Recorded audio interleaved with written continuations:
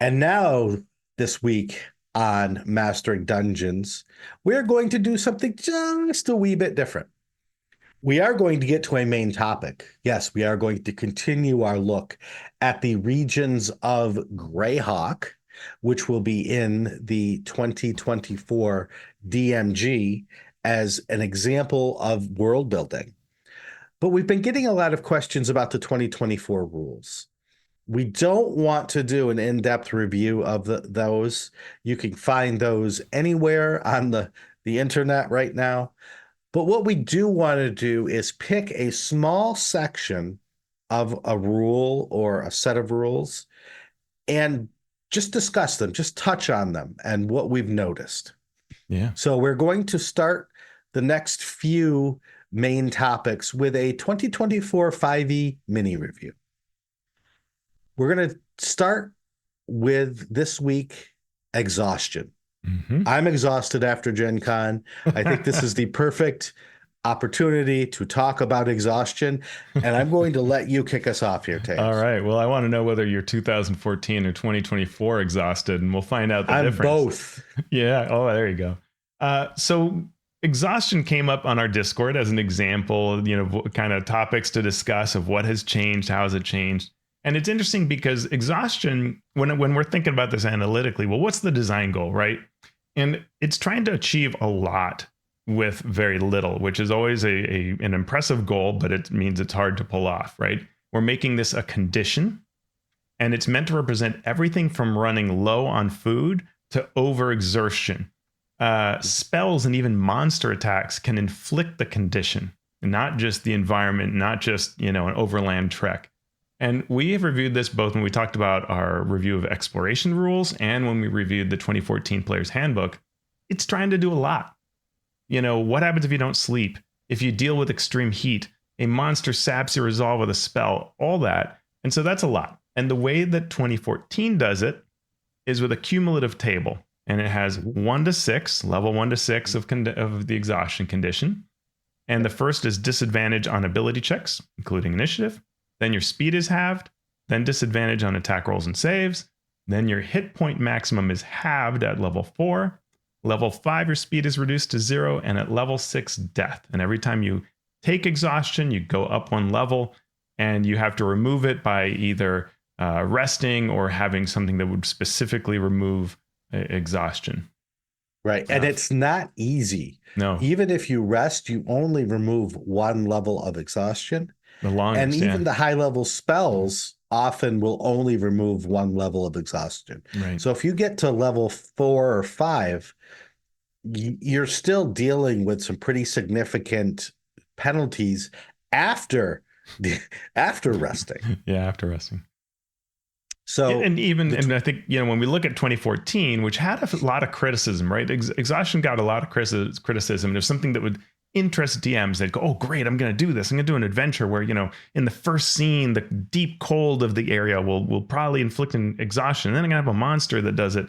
And then suddenly you're like, "Wow, why has this game gone sideways on me?" And it's, well, exhaustion did not do what I wanted, because even step 1, disadvantage on ability checks, can cause a lot of players to go, "Oh, I have disadvantage on skill checks. I'm not going to bother interacting with this thing in the scene because I don't want to roll at disadvantage."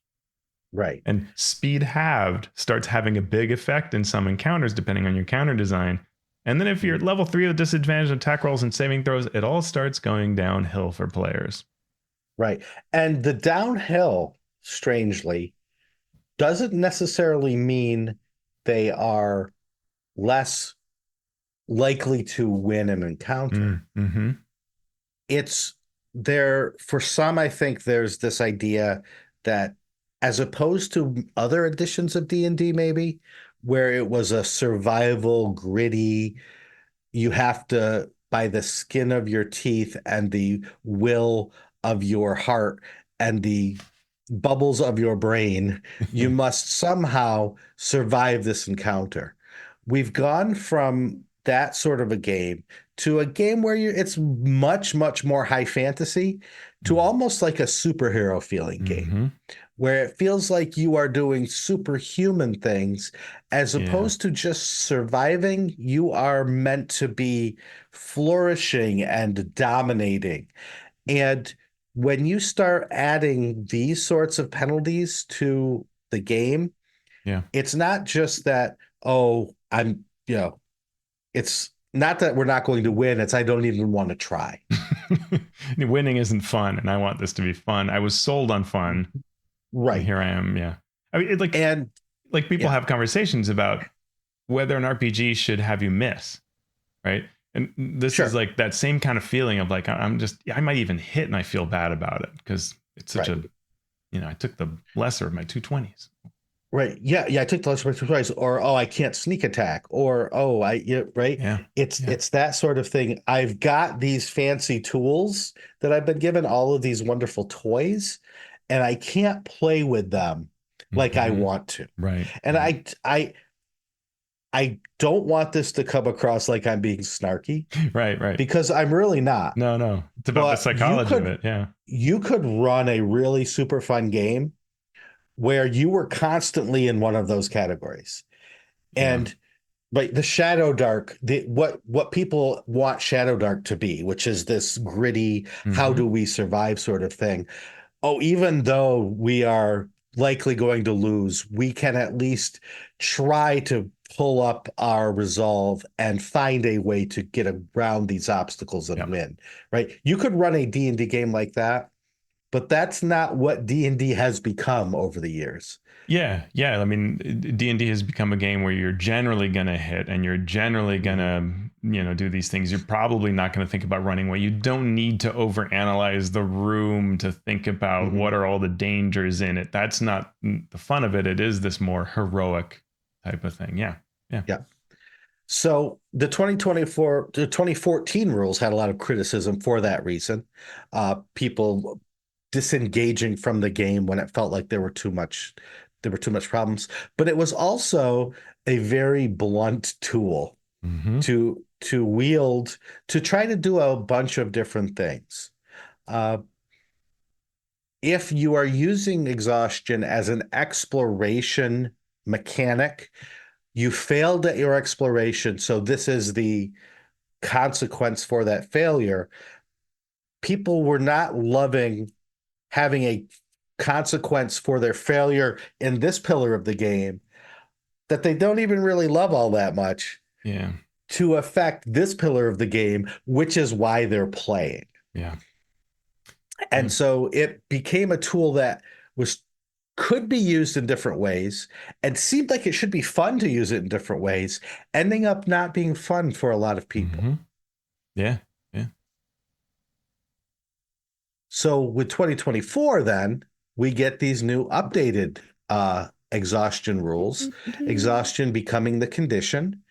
While you have the exhaustion condition, you experience the following effects. 1, levels. The condition is cumulative. So each time you receive it, you gain 1 exhaustion level. That hasn't changed. If you get to 6 levels of exhaustion, you die. Cool. Second part, D20 tests affected. When you make a D20 test, the roll is reduced by 2 times your exhaustion level, i.e. -2 on all rolls, all D20 rolls per exhaustion level. If you have 5 exhaustion levels, you're looking at a -10 to attack rolls, ability checks, and saving throws. Your speed is reduced by a number equal to 5 times your exhaustion level. That is 5 feet for every level of exhaustion. So if you have 5 levels of exhaustion, your movement is reduced by 25 feet. If you are a species that has a 25-foot movement, you therefore cannot move. And last but not least, removing those exhaustion levels. By finishing a long rest, you remove 1 of your exhaustion levels. And when that exhaustion level reaches 0, the condition ends. Yeah. So it's interesting because it is both a change and there's a lot that's the same, right? We've gone away from this table so that we've streamlined it. And I like that the design is now a lot more elegant, right? There's not this like, oh, what happens at level 2? We always know, because it's just always going to be these things, right? It's your speed and it's your D20 tests are going to be impacted based on your level of exhaustion. So that's a lot cleaner, a lot simpler. And I'd say it's better than the version that was play tested versus in Unearthed Arcana that was sort of like this, but a little more complicated. So I like this as a streamlined rule. Mhm. In terms of play, I think it's a little better in that at the low levels, not saying disadvantage, but having a -2, a -4, it maybe feels less like a tax and won't push behavior so strongly. But level 2, -4 on your rolls, that's not insignificant, right? Mhm. So very quickly, it's one thing at level 1 where you're at -2 to your rolls, okay. But, losing 10 feet on my move, losing -4 on every attack, that's not insignificant. Mhm. Yeah, for me, it comes back to the mindset thing. Do I think this rule is more elegant and easier to implement? Mhm. Absolutely. When I saw the -1 per level of the Unearthed Mhm. Arcana, I was like, okay, I could get behind that. -2, I like, but even then, it comes down to the mindset of the players. Mhm. It may not be as brutal as a disadvantage on every roll, except when it is worse Mhm. than disadvantage on every roll, which is after about 2 or 3 levels of exhaustion.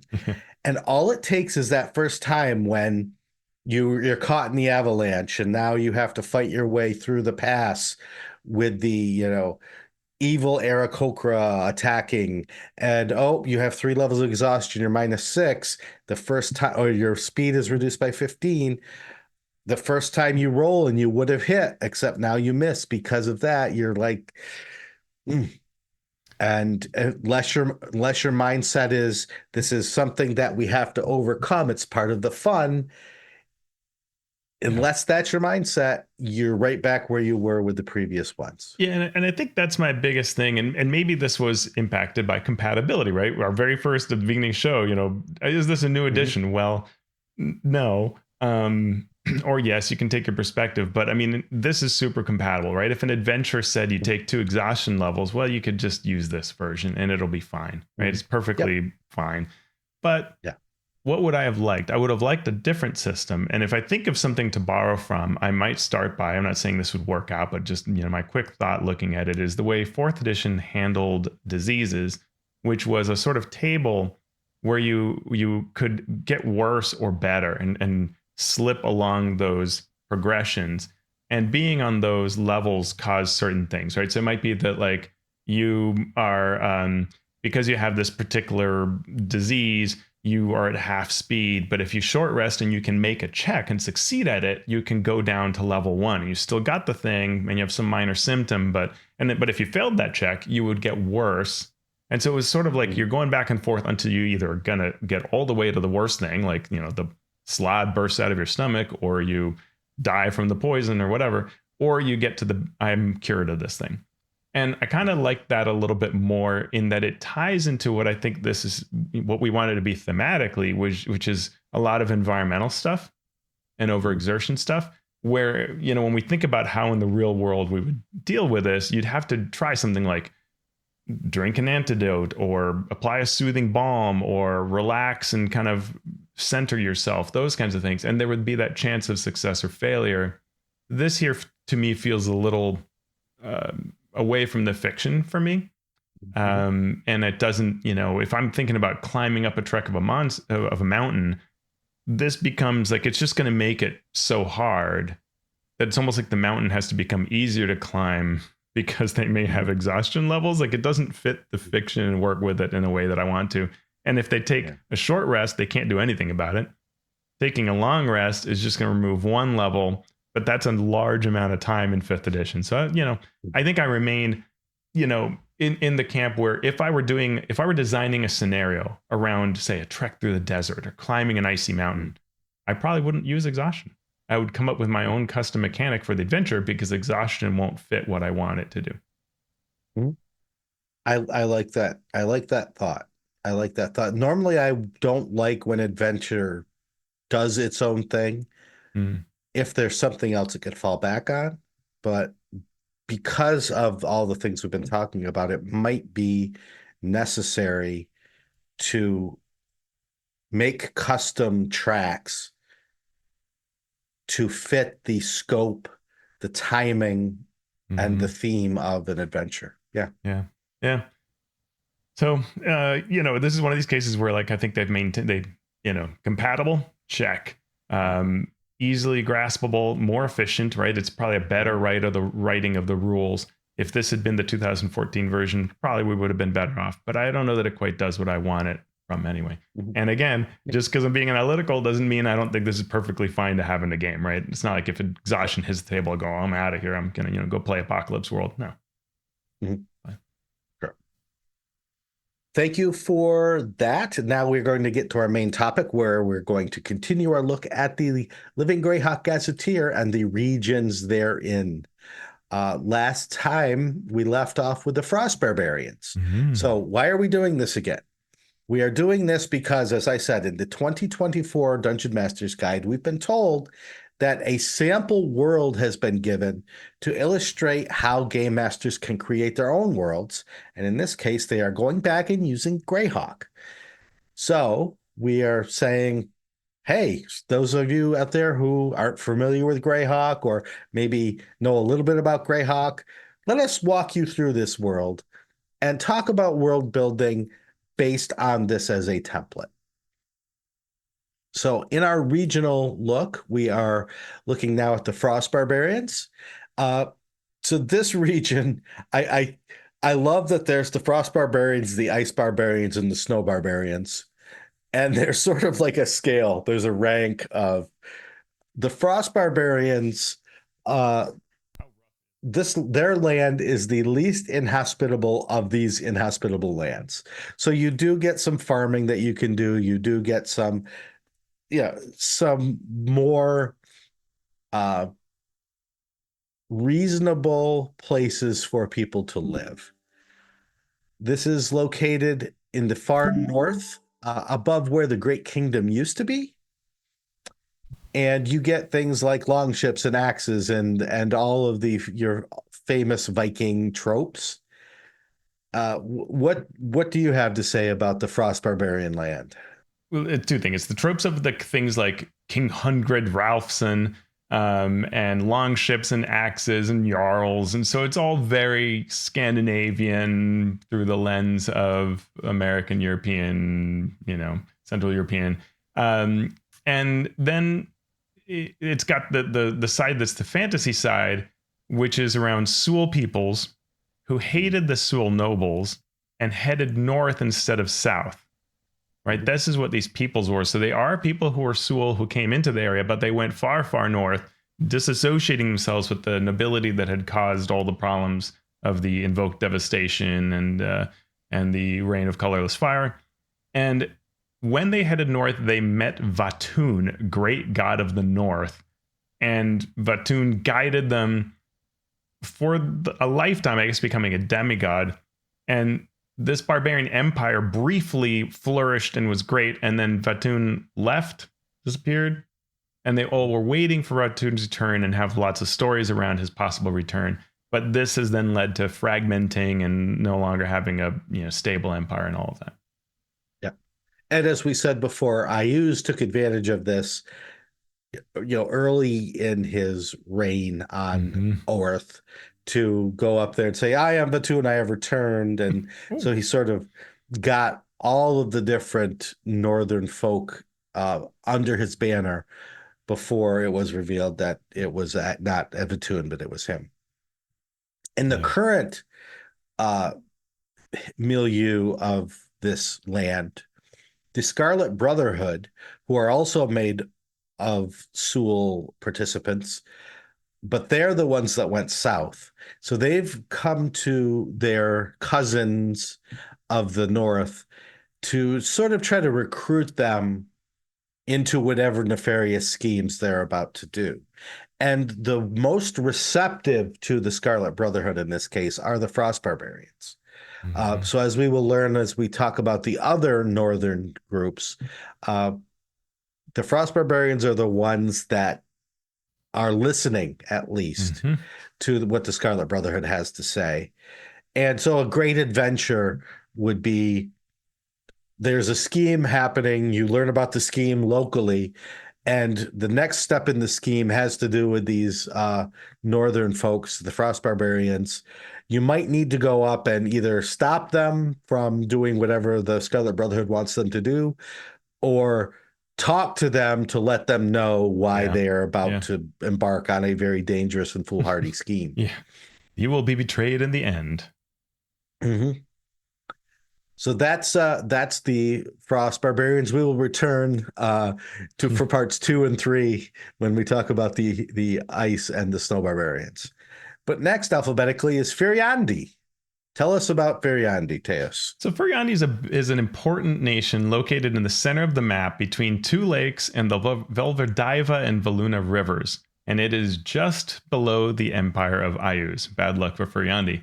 Valuna and Highfolk are to the west, also important areas. They provide an alliance against Ayuz and the Horn Society. The war with Ayuz is a terrible conflict, with the recovery of the artifact of the Crook of Rao in Valuna resulting in this flight of fiends and allowing Furyondy to retake land that they lose. So Furyondy is basically right on the battle lines with Ayuz, using its allies to try to hold the line. It loses all this territory. The Crook of Rao is used to make all the fiends go away from Greyhawk, as we talked about before. This allows Furyondy to retake the lands north. When they do that, they see the true evil. You thought Ayuz was bad, and then you see what they did to your towns. And this creates a fervor. So if we talk about the signing of the Treaty of Greyhawk, that was supposed to be a non-aggression of all sides. Well, Furyondy sees what has happened, and they're like, yeah, no, we're aggressing. We will be aggressing now. And Yes. they are not stopping the war, right? They're trying to not just retake any lost territory, but push into Ayuz and oppose them because of the great evil they have seen by looking at what took place. Yeah. And so this land, like many of the other larger empires, has a king, but also has several regions that are ruled by vassals, lesser nobles Mhm. of noble families. So, you get your list of 9, I think, or seven, 8, or 9 other regions smaller regions that you could set in. But then in the intrigues and conflict section, there's this line, which I love. 3 cloven hoofed. Yeah. Very Greyhawk Three. art of a conflict. Yep. 3 cloven-hoofed children were born in the town of Pantarn within the last year. We had a question at the start of our previous segment about getting to know the history of a place, and how much do you need to know of the history? And we said only deliver the history that's important to the adventure that you're placing in front of the characters. Here's a perfect example. The Yeah. adventurers come into town and they go to the tavern and they hear that there are these children born and people are worried. And you might say, well, why are people worried? There's centaurs. There's all different sorts of species that might have cloven hooves. And then you hear, but wait, this town was once within the empire of Ayuz who trucked with demons and devils. And We're if all the supposed to flight be of gone now. fiends, Yeah. right, who all should be gone now. So if the flight of fiends didn't happen, or if it's starting to let fiends back into the world, this is something that needs to be investigated. So that's how you bring in just a Yeah. little bit of history into this adventure that you are placing in front of your characters. Yeah, and you can see how you could just create an arc off of that would lead to these horrific discoveries and and what are the machinations of Ayuz and how is that playing here? And so both a local and a global or regional problem that you're dealing with, that becomes really exciting. And it could be an entire Yeah. campaign off of just that little line, right? Right. Or it's the red herring. These children, there's satyrs nearby, and there are satyr children who are coming into the world. So it's not really a danger. But you're here, and while you're investigating that, you learned this other thing is happening. Mm-hmm.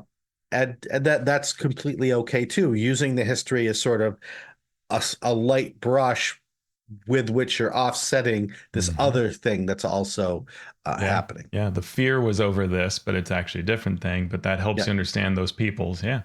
Yeah. It's for cool. sure. Now to the moment that Teos has been waiting for. He gets to talk about his region from Living Greyhawk, Yeah. Yeah. Geoff. Geoff was the best region in all the land because no, I could do that Hero Quest video. The Hero Quest one, right? The best region in all of Living Greyhawk was Geoff.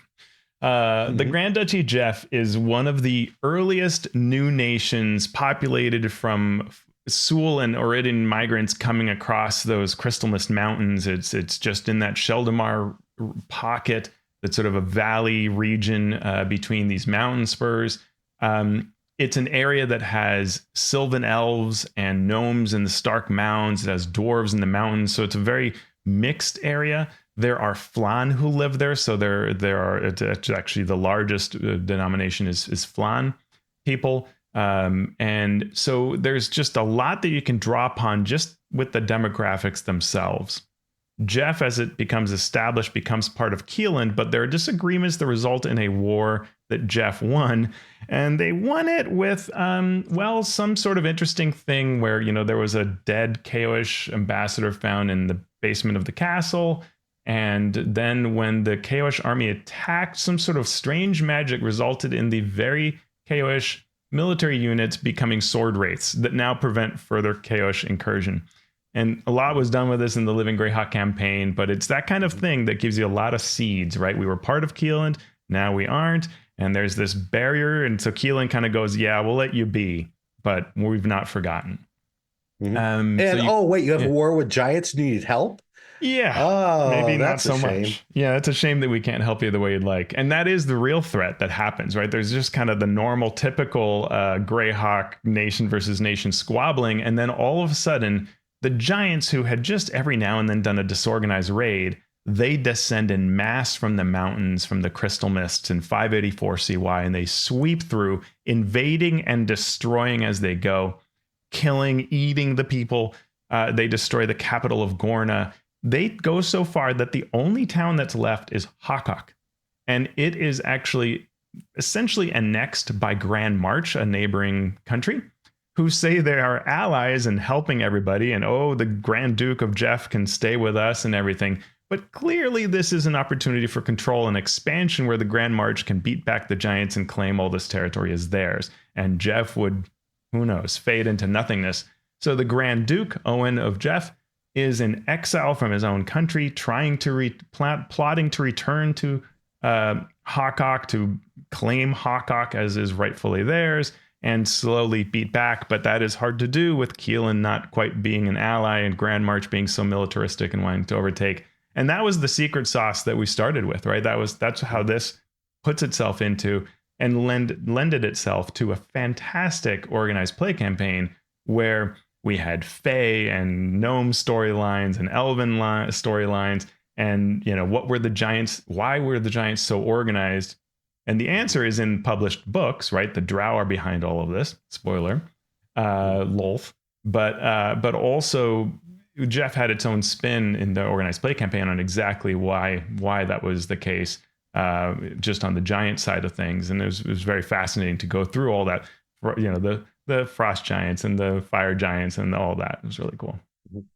And this, Geoff, is a region that shows how you can use politics as a background while still keeping the focus of the adventures on what people generally like the most, which is having a very powerful enemy and hitting them very hard in the face with warhammers and or fireballs.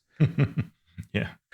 And for a living campaign, it was even better because you could look to all of these empires to your north and to your east and say, "Ha, we are free of you." and we don't need you. And we're also dealing with this wonderful, terrible threat. And look how unified Yeah. we are. Yeah. It had the best of everything story wise, Yeah. geographically going on.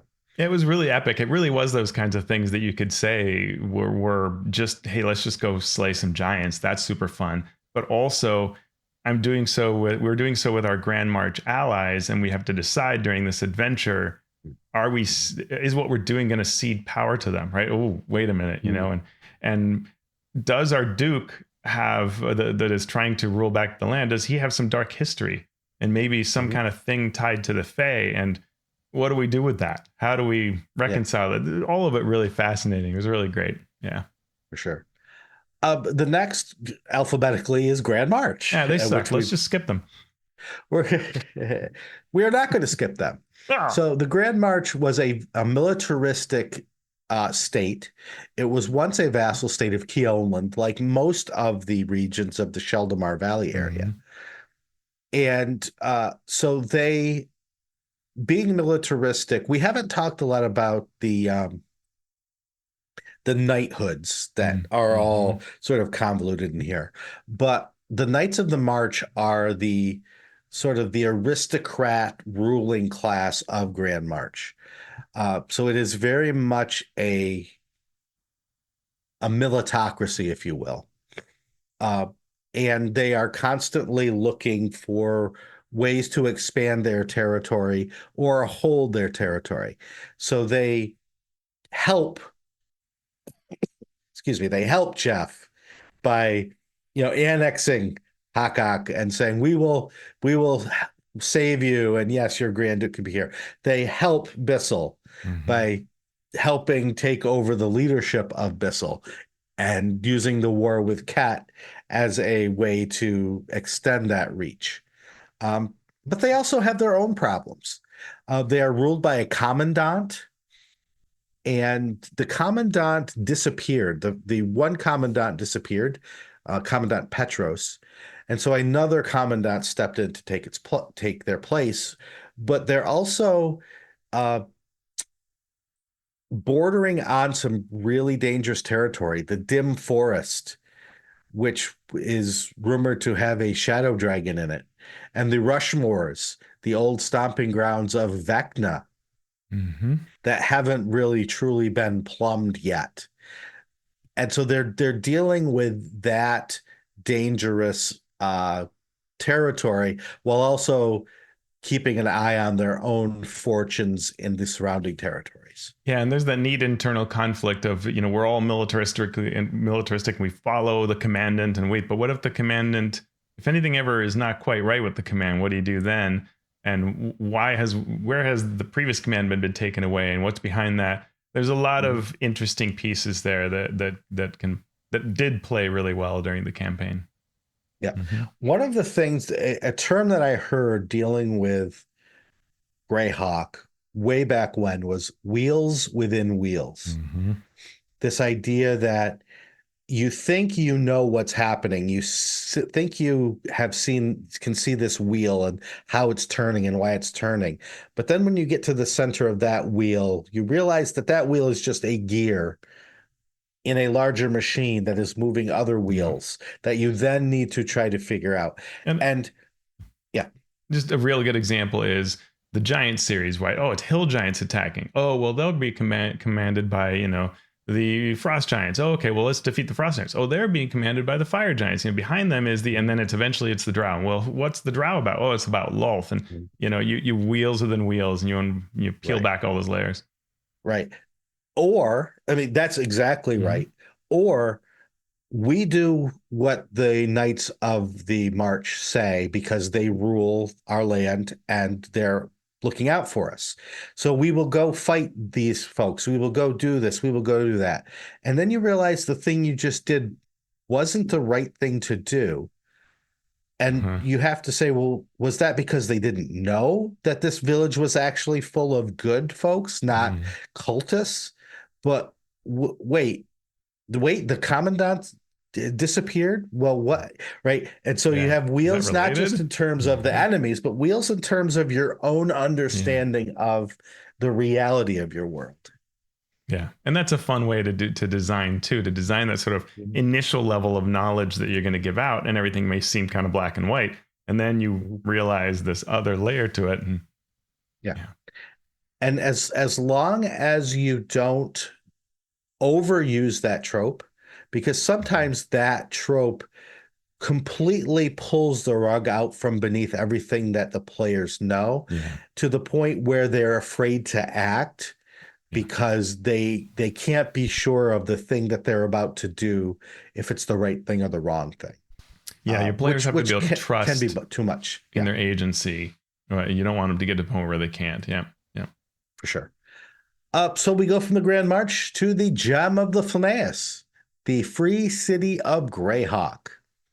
So Greyhawk, as the region in this book, is both the free city and the surrounding lands, which is called the domain of Greyhawk. And to go back to our first look at this setting, this was Gary Gygax's first element for his campaign.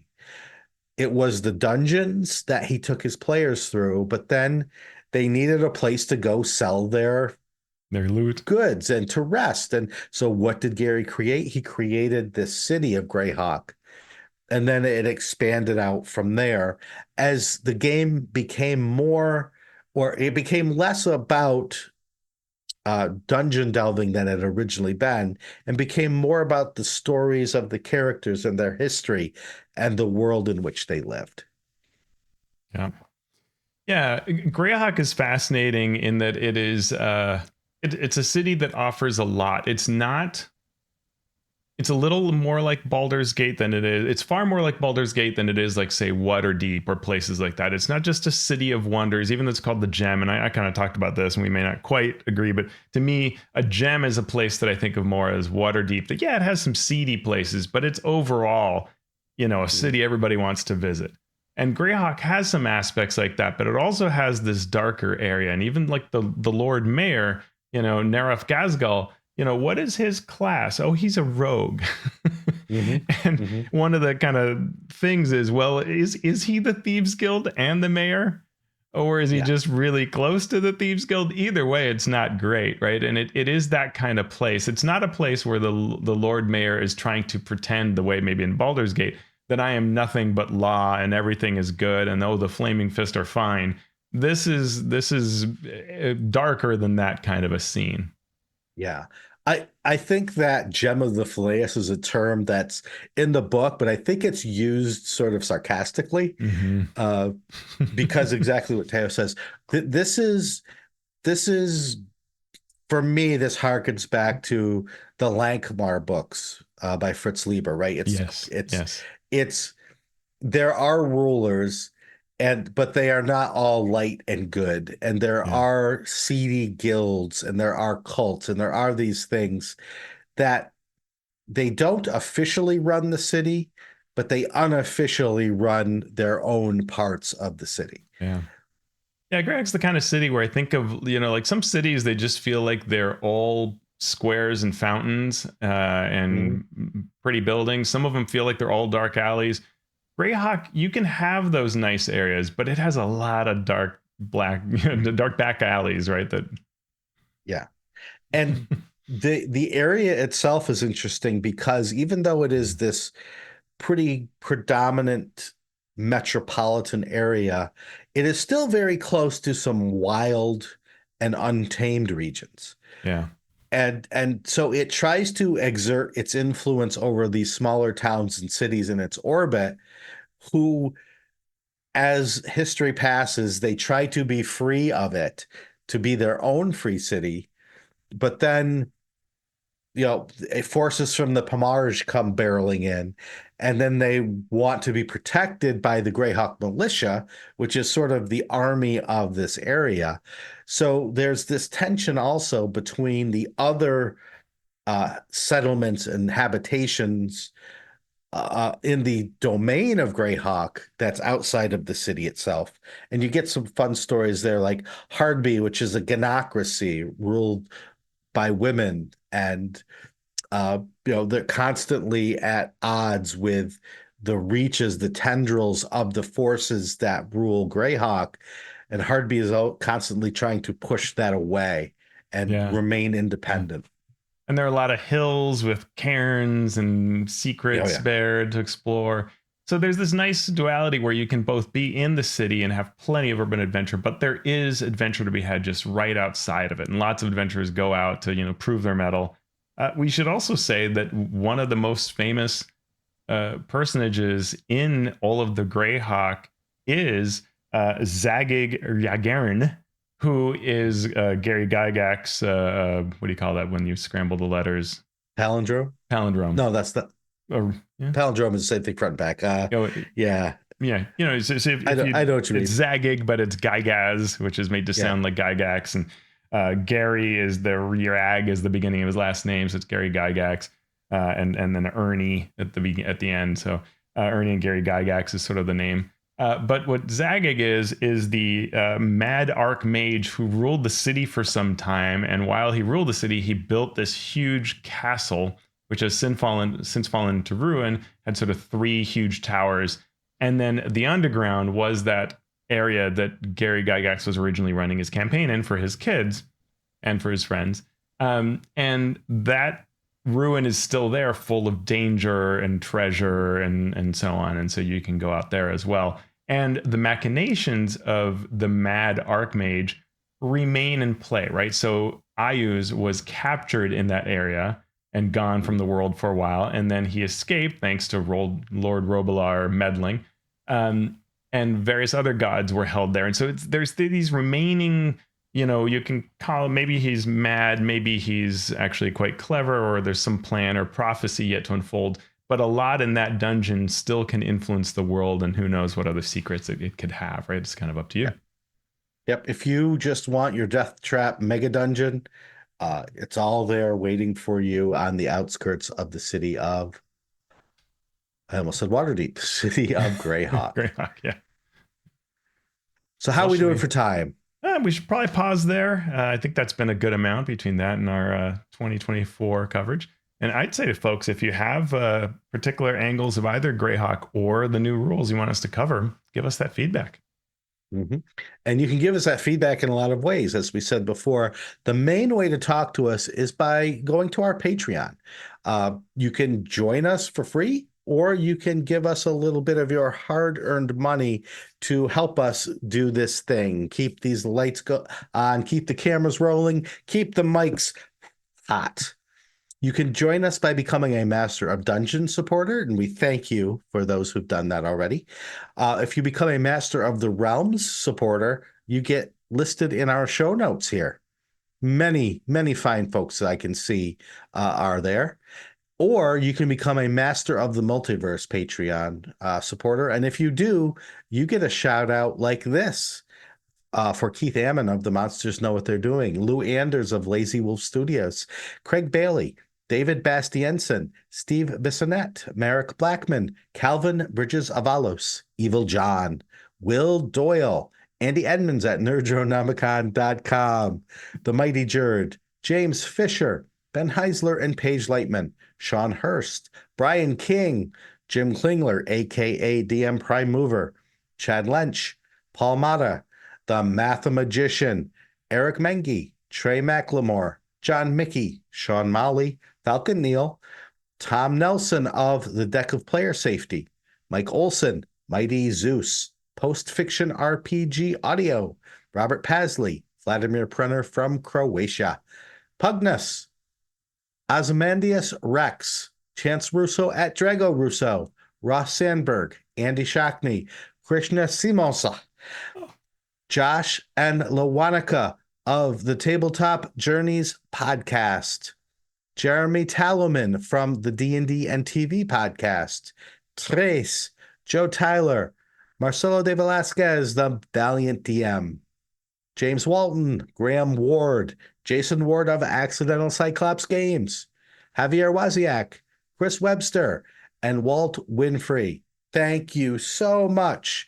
You can become a patron and help us celebrate the 50th anniversary of Dungeons and Dragons by going to patreon.com/masteringdnd. You could also leave us a review wherever you listen to your podcast, including Apple Podcast, or go to YouTube, like, subscribe, and leave us a comment about what you like, what you would like us to talk about here on the show. So, Teos, what you been up to and where? Ooh, well, find me at alphastream.org. There you can get all my stuff. What about you, Shawn? Where can we find you? I'm on the socials at Shawn Merwin. The show is on the socials at Mastering DND. And of course, go to YouTube, youtube.com/at Mastering Dungeons, and you can find all of our stuff there. We've talked news. We've looked at 2024 Exhaustion. We've continued our trek through the land known as Greyhawk. What are we going to do now? Well, Shawn, I'm wearing these specs, these special 50th anniversary laser printed glasses that someone sent me. And I think I'm going to call Jess Lanzillo and suggest that they bring back those solo adventures that you had to wear special glasses to play with, like red and green. I think that's the solution. That's the key to unlocking the billions. Yeah, I'm gonna go get the little invisible ink adventures. Yes. That where you take a choice and you'd have to ink in, and it would the box text. Oh, that's where I'm at. Talk about new technology. That's the good stuff right there.